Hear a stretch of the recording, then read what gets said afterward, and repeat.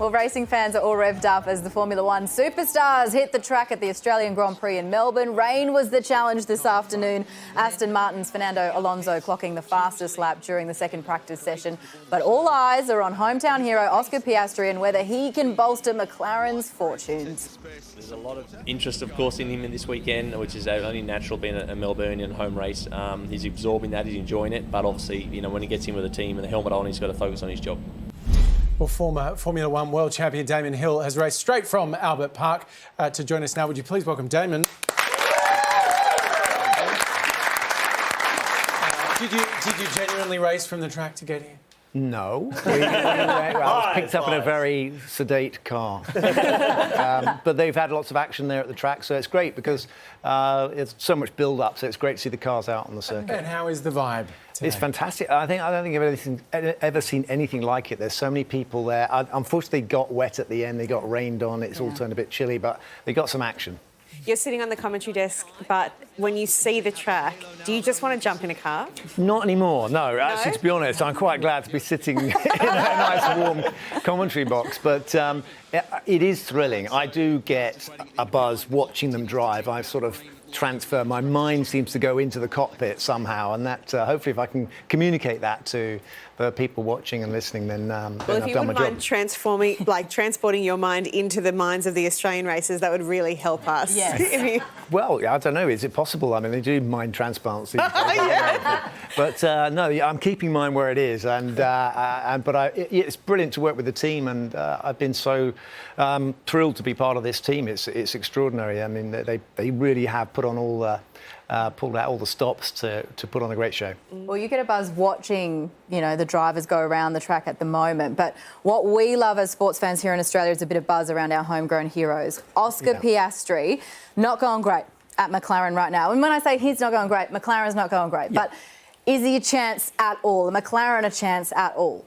Yeah, I think you've got to give it a bit of time. I mean, the way to look at this is not to compare their performance against, say, the Red Bulls at the moment. McLaren there's some work to be done there, but Oscar's compare him against Lando Norris, who has been highly rated as a future potential world champion, and he's already done brilliantly against Lando. Of course, I'm rooting for Lando because he's British, but I mean, Oscar is your hometown boy, and he's doing a great job. Really good. I think if you can just look into the crystal ball for a bit, is his future bright in the F1 world? Can we see Oscar Piastri be a household name? Well, Christian Horner, who runs the Red Bull team that is dominating at the moment, he is kicking himself. He said he thinks they should have signed Oscar, and they missed the opportunity. You saw Mark Webber there.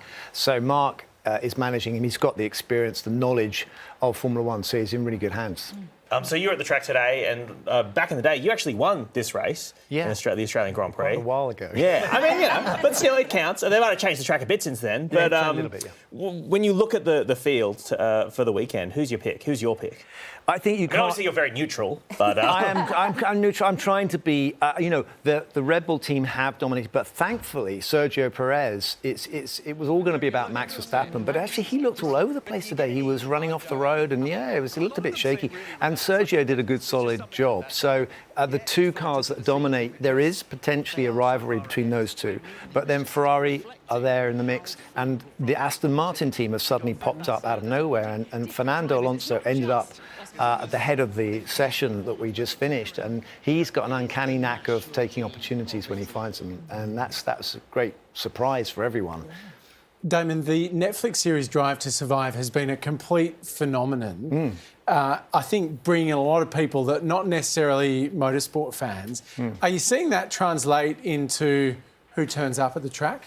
Yeah, I think so. I think that it's appealed to a younger generation and a new lot of fans who... I give the example of my friends have got kids like mine, and they grew up together, and they knew they didn't know, well, they knew I was a racing driver, but they weren't interested. Now they watch Netflix, they go, hey, you used to race in Formula One, didn't you? And I go, yeah, you've like 20 years, you haven't asked me. So now they're really into it.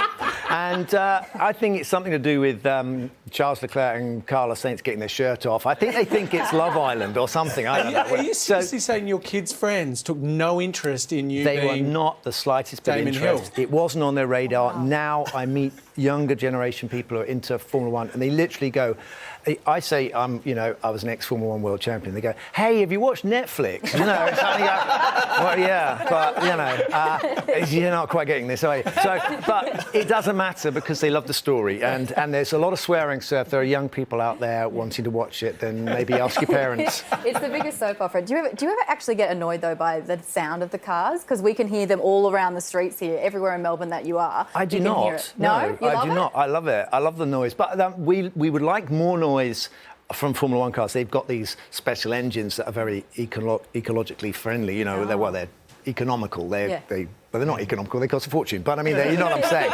They're very efficient. But they don't make a lot of noise like they used to because they don't waste all the energy coming out the exhaust pipe.